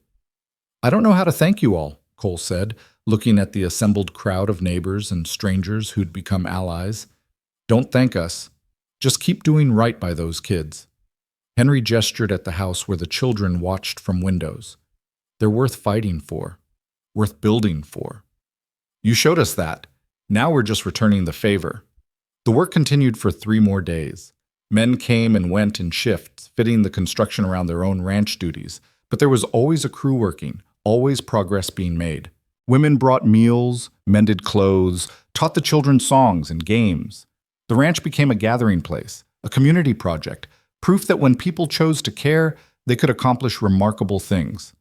On the 4th day, the barn was finished. New wood, strong and sturdy, smelling of pine and possibility. Larger than the old one, with better ventilation and stalls designed for safety. The men stood back and admired their work with the quiet satisfaction of craftsmen who'd built something that would last. That evening, after everyone had left and the ranch was quiet again, Cole walked through the new barn with the children. showed them where the horses would live, where the hay would be stored, where tools would hang. Patrick ran his hands along the stall doors, testing the latches. Wen examined the hayloft ladder with approval. The twins investigated every corner with the boundless curiosity of 8-year-olds. Nora stood in the center of the space, turning slowly, taking it all in. "People did this for us," she said wonderingly. "Built this for us. Because they cared." "Because you matter," Cole corrected. "Because what happens to you matters to them." "I've never—" She stopped, struggling with words. "We've never been worth this much to anyone before. Never been worth the effort. You are now, and you always were. You just needed people to see it." Samuel approached Cole hesitantly, his dark eyes serious. "Mr. Warren wants us to talk about what happened, about Mr. Black and the people who hurt us." His voice dropped. "Do we have to?" Cole crouched down to his level. "No. You don't have to do anything that makes you uncomfortable. But if you want to help make sure Black never hurts another child, talking about what happened might do that. It's your choice, though. All of you get to choose." "What if I remember wrong? What if I say something that's not exactly true because I was scared and it's all mixed up in my head?" "Then you tell Mr. Warren that. Tell him you were scared, that memory's fuzzy, that you're doing your best. That's all anyone can ask." Samuel nodded slowly, thinking this over. "I'll do it, if it helps. If it keeps other kids from—" He didn't finish, but the haunted look in his eyes said enough. One by one, over the next hour, the children made their choices. Some would testify, some wouldn't. Lily obviously couldn't, and Mary's cough had kept her too sick to remember much from the worst days. But Nora, Wen, Samuel, Patrick, and one of the twins, David, it turned out, they were willing to speak. "We'll do it together," Nora declared. "All of us in the same room. Mr. Warren can ask questions, we'll answer, but we stay together. That's the deal." Cole agreed to relay the terms, and when Warren returned a week later with a court stenographer and a careful, gentle manner, that's exactly how it happened. The 5 children sat in the main room, hands linked, and told their stories. They spoke of the orphan train, of being evaluated like livestock, of the casual cruelty of adults who saw them as problems to be solved rather than people to be helped. They spoke of Miss Abigail's kindness and her death, of the men who'd robbed them, of the heat and thirst and certainty they would die alone in that cabin. Wen spoke of her family's forced removal, of watching her mother die on the trail west, of being told her heritage made her unsuitable for placement with good Christian families. Samuel talked about being separated from his mother when he was 3, of learning that his skin color meant most people would never see him as fully human. Patrick described his father's death, the poverty that followed, the orphanage that treated children like prisoners. And Nora told them about her leg, twisted since birth, and about standing in train stations while families examined her like broken merchandise and walked away. About Miss Abigail promising to find them all homes, about her desperate attempt to save them, about watching from the cabin as she disappeared into the heat. Warren took notes, asked clarifying questions, treated each child with a respect and gravity that made it clear their words mattered. The stenographer's pen scratched across paper, recording testimony that would be used to dismantle Black's operation and put corrupt men in prison. When it was done, the children looked exhausted but also lighter somehow, as if speaking the truth aloud had released some of the weight they'd been carrying. "You did good," Warren told them. "All of you. What you've given me today, it's going to save lives. Other children who might have ended up in Black's hands, they'll be safe now because you were brave enough to speak." "Is he going to jail?" Nora asked. "For real? Not just until he can pay someone off or find a crooked judge?" "For real.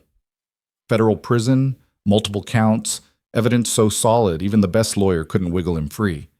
He's done, Nora. Finished." She nodded, satisfied, and the tension that had lived in her shoulders for as long as Cole had known her eased fractionally. The next few weeks passed in a rhythm that felt almost normal. Cole filed the permanent guardianship paperwork, accompanied by letters from Eleanor, Henry, Doc Morrison, and 24 other citizens attesting to his character and the children's well-being. The hearing was scheduled for late August, but Warren assured him it was a formality. The emergency guardianship was solid, and given the circumstances, no judge would overturn it. The children settled deeper into ranch life. Patrick became Cole's shadow, learning horses and cattle with the dedication of someone who'd found his calling. Wen's garden flourished under her patient care, producing vegetables that improved every meal. The twins developed a system for the daily chores that was so efficient, Cole sometimes wondered how he'd managed before. Samuel devoured every book in the house and started borrowing from Eleanor's extensive library. Mary's cough finally cleared completely in the dry air, and she discovered a talent for sewing, mending clothes, and fashioning new ones from fabric the rancher women donated. Nora continued running the household with calm efficiency, her limp less pronounced now that she had a properly fitted crutch and wasn't constantly malnourished. And Lily remained silent, but she bloomed in other ways. She followed Cole everywhere, her small shadow, watching and learning, and slowly learning to trust that this place was real and permanent. She helped in the garden, played with a kitten one of the ranchers brought by, sat on the porch in the evenings with her rag doll and watched the sunset paint the sky in colors that seemed impossible. One evening in late July, as Cole was closing up the barn for the night, he heard footsteps behind him. He turned to find Lily standing there, backlit by the dying sun, her doll clutched in one hand. She opened her mouth, closed it, tried again. Her face screwed up with effort, with the monumental task of forcing words through vocal cords that had been silent for months. Finally, in a whisper so quiet he almost missed it, she spoke. Safe. One word. Just one. But it carried the weight of everything, all the fear, all the trauma, all the long journey from certain death in a cabin to this moment in the summer twilight. Safe. The only word that mattered. Cole's vision blurred. He crouched down, and Lily walked into his arms, letting herself be held for the first time, her thin body trembling but trusting. Yes, he managed. You're safe. All of you. I promise. She nodded against his chest, and though she didn't speak again that night, the barrier had been broken. The healing had begun in earnest. Inside the house, dinner was ready. Nora called everyone to the table, and they gathered as they had every night for weeks now. A family forged not from blood, but from choice, from survival, from the simple act of showing up for each other when the world said they didn't matter. Cole looked around the table at 8 faces that had become as familiar as his own heartbeat, and felt Sarah's absence less keenly than he had in years. Not because he'd forgotten her, he never would, but because grief no longer defined him. These children had given him something to live for beyond mere existence, had pulled him back from the edge of despair he hadn't even realized he'd been standing on. Tomorrow, the guardianship hearing would be finalized. Tomorrow they would officially, legally become his children and he their father. But tonight, in this moment, with lamplight warm and voices raised in conversation and laughter threading through the words, Cole Harlan knew a truth that needed no legal papers to validate it. He was already home. They all were. And nothing, not corrupt sheriffs or child traffickers or barns burning or legal complications, would ever change that again. The guardianship hearing took place on a Thursday morning in late August, when the heat had finally broken and the first hints of autumn touched the air with coolness that felt like mercy after the brutal summer. Cole dressed in his best shirt, the one Sarah had made him 4 years ago, that still fit well enough despite the weight he'd lost, and then regained over the months.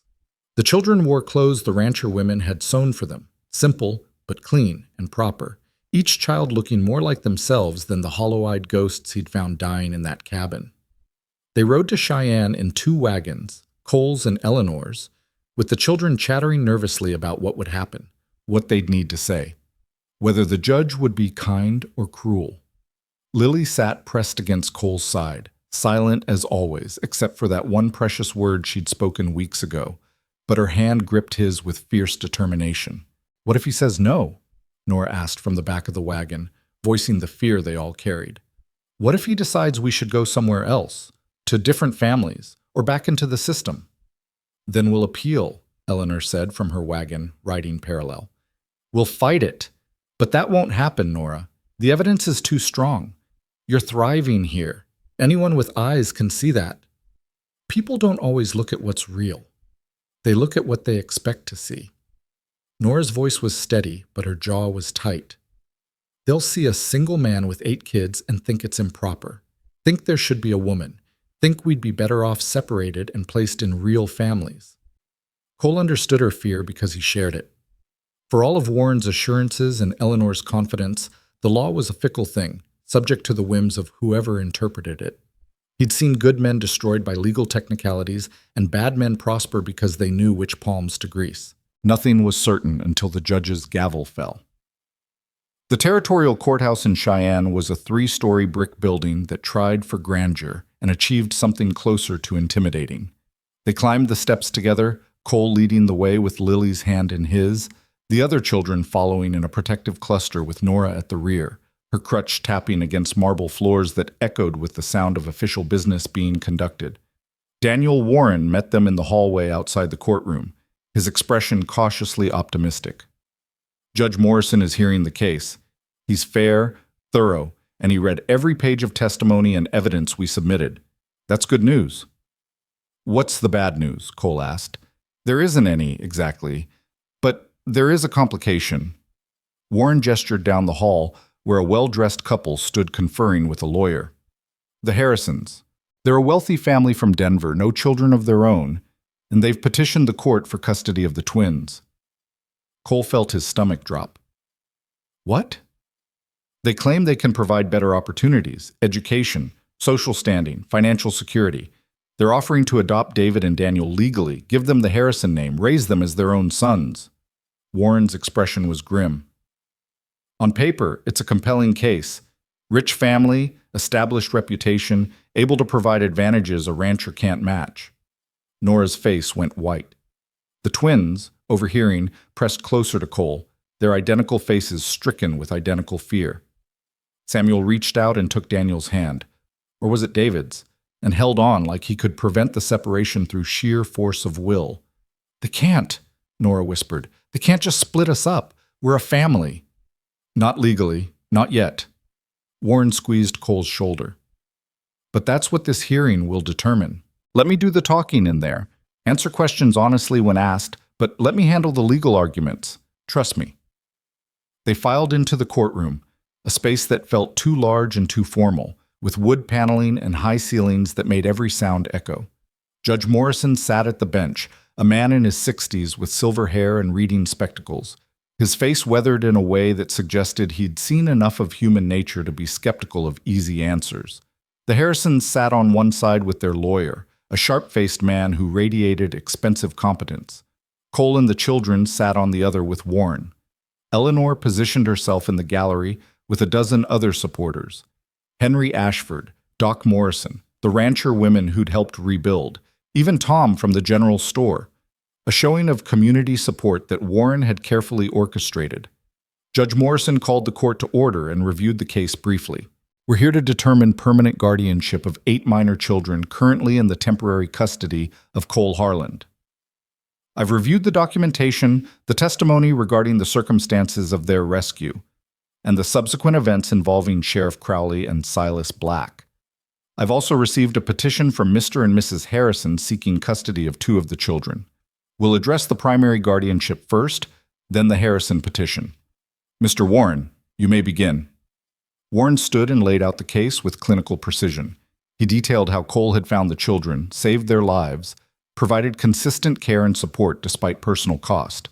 He presented the testimony of Doc Morrison regarding their improved health, statements from Eleanor and others regarding Cole's character, evidence of the children's educational progress under Nora's tutelage.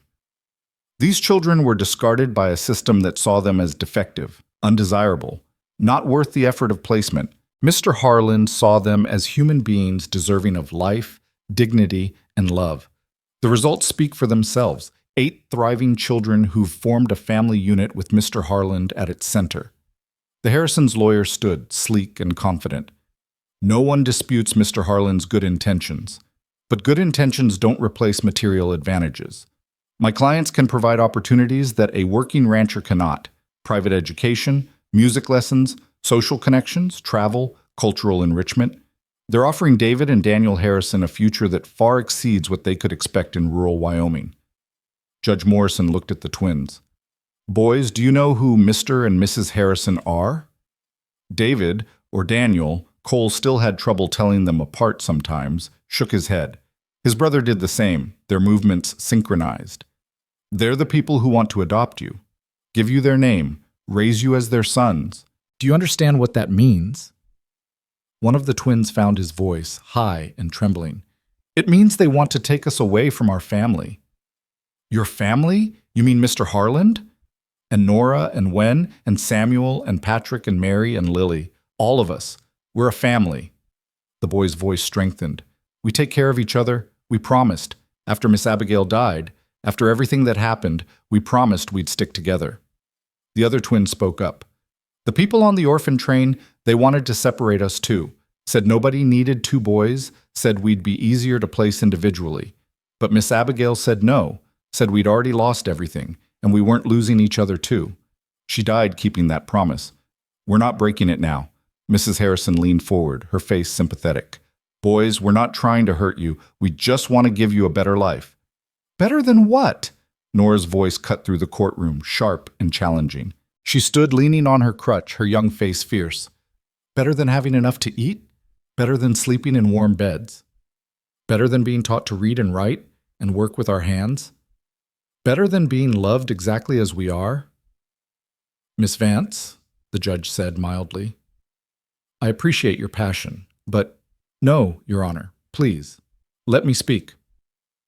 Nora hobbled forward to the witness area, positioning herself where everyone could see her. I know what I look like to people like the Harrisons.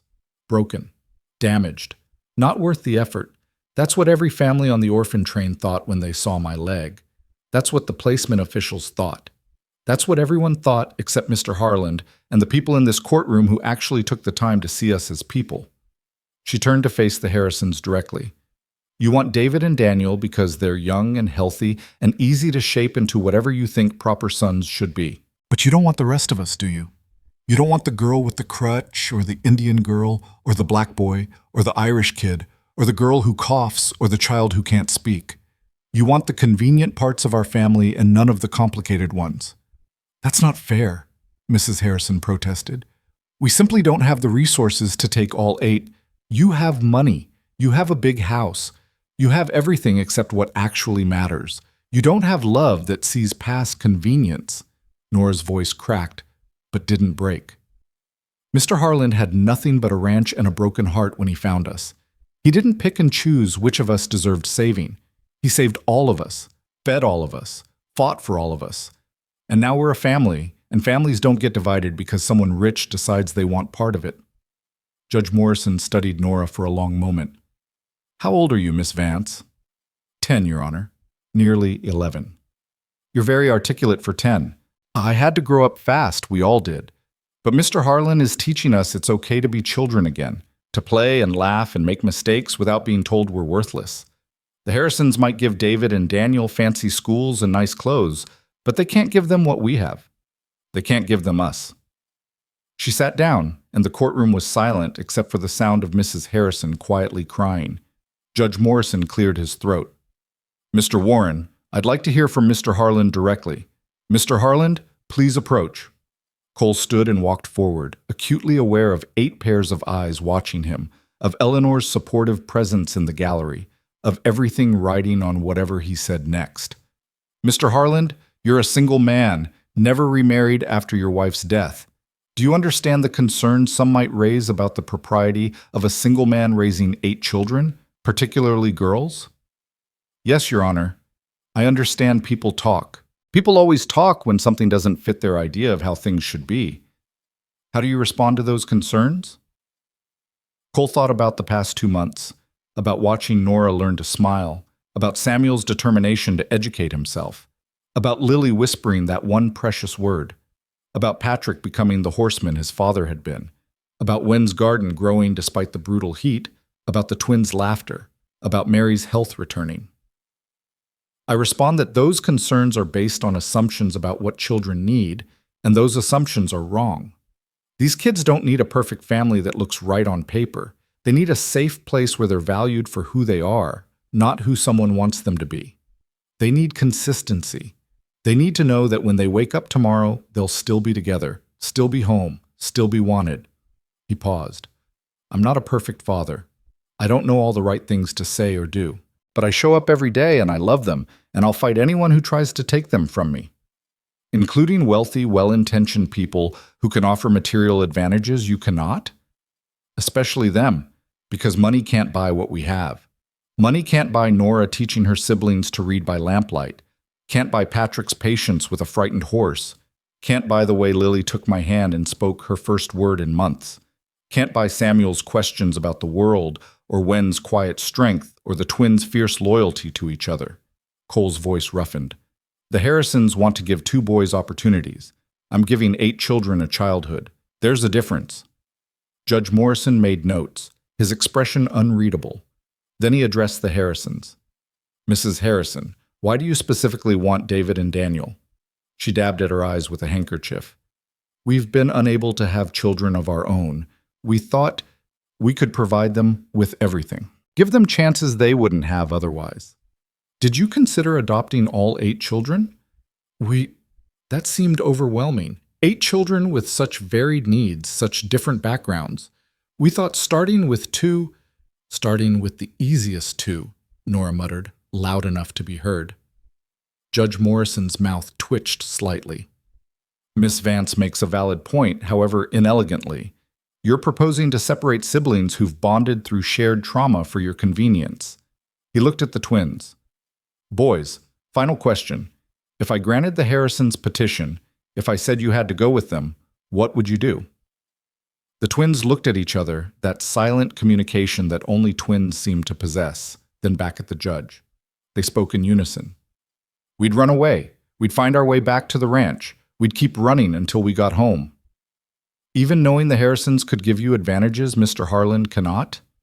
We don't want advantages, one twin said, and we want our family. Judge Morrison sat back, removed his spectacles, and cleaned them slowly. The courtroom held its breath. Finally, he replaced the spectacles and picked up his gavel. I've spent 30 years on the bench hearing cases that made me question human nature. I've seen children treated as property, as burdens, as commodities to be bought and sold. I've seen the legal system fail vulnerable people more times than I can count. He looked at Cole, then at the children, then at the Harrisons. This is not one of those times. He turned to the Harrisons. Your petition is denied. These children are not puzzle pieces to be selected based on convenience. They're a family unit, and the law recognizes that family bonds, even those formed outside of blood relations, deserve protection. Your intentions may be good, but your approach disregards the fundamental well-being of the children involved. Mrs. Harrison slumped in her seat, her husband's arm around her shoulders. Their lawyer started to object, but Judge Morrison silenced him with a look. As for the primary matter before this court, I'm granting permanent legal guardianship of all 8 children to Cole Harlan, effective immediately. The evidence overwhelmingly supports this decision. The children are healthy, educated, emotionally stable, and clearly devoted to Mr. Harlan and to each other. Furthermore, the community support demonstrated here today indicates that these children are not being raised in isolation, but as part of a larger social fabric. He brought the gavel down, the sound echoing through the courtroom like a benediction. Mr. Harlan, these children are legally yours. Treat them well. For a moment, no one moved. Then Lily launched herself from her seat and ran to Cole, wrapping her arms around his waist with the first spontaneous display of affection she'd ever shown. The other children followed, Nora limping fast on her crutch, the twins moving in perfect synchronization, Samuel and Patrick and Mary and Wen all converging in a tangle of arms and tears and laughter. Eleanor was crying in the gallery. Henry Ashford was grinning. Even Doc Morrison looked misty-eyed. Warren clasped Cole's shoulder with satisfaction, and the Harrisons quietly left, their lawyer gathering papers with professional efficiency that couldn't quite hide his disappointment.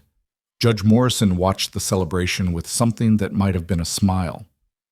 Court is adjourned. Mr. Harlan, the clerk will have your guardianship papers ready within the hour. Congratulations. They spilled out of the courthouse into brilliant sunshine, the children chattering and laughing with relief, the adults shaking hands and congratulating each other. Cole stood in the middle of the chaos, 8 children orbiting around him like planets around the sun, and felt a completeness he hadn't known was possible after Sarah died. We're really yours? Nora asked, like she still couldn't quite believe it. Legally? No one can take us away? You're really mine. All of you. Forever. She hugged him then, this fierce girl who'd protected 7 other children with nothing but determination and love, and Cole felt her shoulders shake with sobs she'd been holding back for months. He held her while she cried, while the other children pressed close, while Eleanor and the others gave them space for this private moment in a public place. When Nora finally pulled back, her face was blotchy and wet, but her eyes were clear. "Thank you," she whispered, "for not giving up on us, for fighting when it would have been easier to walk away, for being the father we needed."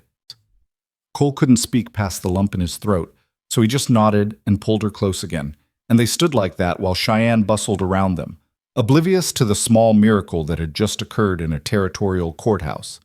The ride home took most of the day, and by the time the ranch came into view with the sun setting behind it, the children were exhausted from emotional upheaval and excitement, but they perked up when they saw what awaited them. The entire community had gathered, seemed like half the territory was there, with tables set up in the yard, food spread out in abundance, lanterns hung from tree branches and fence posts. A celebration planned in advance by Eleanor and the others who'd been confident of the outcome, even when Cole had his doubts. "Surprise!" someone shouted, and the children were immediately swept up in congratulations and well wishes, passed from person to person like precious cargo.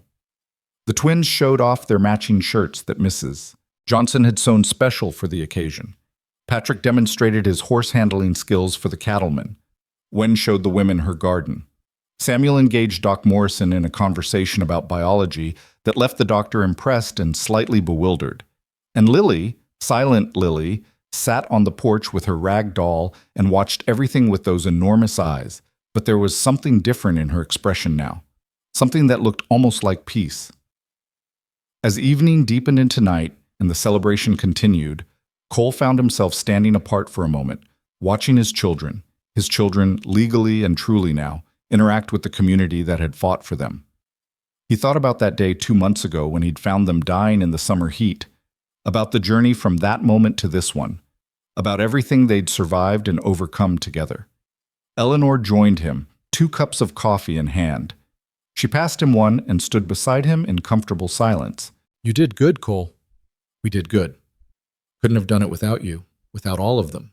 He gestured at the gathered crowd. Didn't realize how many people were willing to stand up when it mattered. Sometimes people need someone to stand up first. You gave us that. Gave us a reason to be better than our comfort and complacency. She sipped her coffee. "What comes next?" "Next? We live, we work the ranch, we raise these kids, we keep putting one foot in front of the other." He smiled slightly. "I imagine there'll be challenges. 8 children don't come without complications, but we'll figure it out together. That's simple. That's simple. And that complicated. But mostly just life. Real life. The kind I forgot how to live after Sarah died." Eleanor nodded, understanding without needing explanation. They stood together watching the celebration, watching children laugh and play without the shadow of fear hanging over them, watching a community come together around something good and right and worth protecting. Later, after the guests had left and the children were in bed, Cole did a final check of the property. The new barn stood solid and strong, smelling of fresh lumber and possibility. The house glowed with lamplight from windows where 8 children slept safely. The summer night was cooling finally, autumn approaching with its promise of change and renewal. He thought about Sarah, about the baby they'd lost, about the 3 years he'd spent half dead with grief. He thought she'd approve of this, of him finding a reason to live again, of giving broken children a home the same way she'd always wanted to do. She'd always had a soft heart for strays and orphans, had talked about filling their house with laughter and noise and life. "I did it," he said quietly to the night, to Sarah's memory, to the universe that had taken everything from him, and then, unexpectedly, given him a second chance. "I saved them, and they saved me right back." A light breeze rustled through the grass, carrying the scent of sage and summer's end. In the house, someone stirred, probably Nora, checking on the others even in sleep, still the little general watching over her troops. Cole smiled and headed back inside. He found Lily sitting up in bed, her rag doll clutched tight, eyes wide in the darkness. Not scared exactly, but needing reassurance that everything was still real, still safe, still permanent. Cole sat on the edge of the bed. Can't sleep? She shook her head. Want to talk about it? For a long moment, nothing. Then, in that whisper-quiet voice she'd only used once before, Lily spoke. 2 words this time instead of 1. Home now. Not a question. A statement. An understanding that after months of silence and fear and uncertainty, she'd finally found a place where she belonged, where she could start healing, where she could be a child again instead of a traumatized ghost. Yes, Cole confirmed, his voice rough with emotion. Home now, forever. Lily nodded, satisfied, and lay back down. Cole pulled the blanket up around her shoulders, and within minutes she was asleep. One hand still clutching the doll, the other reaching out toward where her siblings slept nearby. Cole moved through the house quietly, checking on each child in turn. Nora sprawled across her bed, finally relaxed enough in sleep to look her actual age. The twins nested together like puppies, impossible to tell where one ended and the other began. Patrick curled on his side, dreaming of horses. Wen on her back, perfectly still, peaceful. Samuel with a book still open beside him, having fallen asleep while reading. Mary breathing easy and clear, the last traces of her cough finally gone. 8 children who'd been thrown away by a system that couldn't see their worth. 8 children who'd survived against impossible odds. 8 children who were now, legally and truly, his family. Cole returned to his own room, the room he'd shared with Sarah, the room that had been a tomb for 3 years, and was now just a place to sleep before waking up to purpose and noise and life. He lay down and closed his eyes, and for the first time in longer than he could remember, he fell asleep without grief being the last thing he felt. Outside, the summer night deepened toward dawn. The stars wheeled overhead in patterns ancient and familiar. The land stretched empty and vast, beautiful in its harshness, unforgiving but honest. And in a ranch house in Wyoming territory, 9 people slept, a family forged not from blood or law alone, but from the simple choice to show up for each other when the world said they didn't matter. The scorching summer of 1877 was ending. Autumn approached with its promise of change, and Cole Harlan's life, which had been frozen in grief and solitude, was finally, truly, beginning again. Not perfect, not easy, but real and worth fighting for, and blessed with the kind of love that came from choosing each other every single day. And in the morning, they would all wake up together, still a family, still home, still safe. That was enough. That was everything.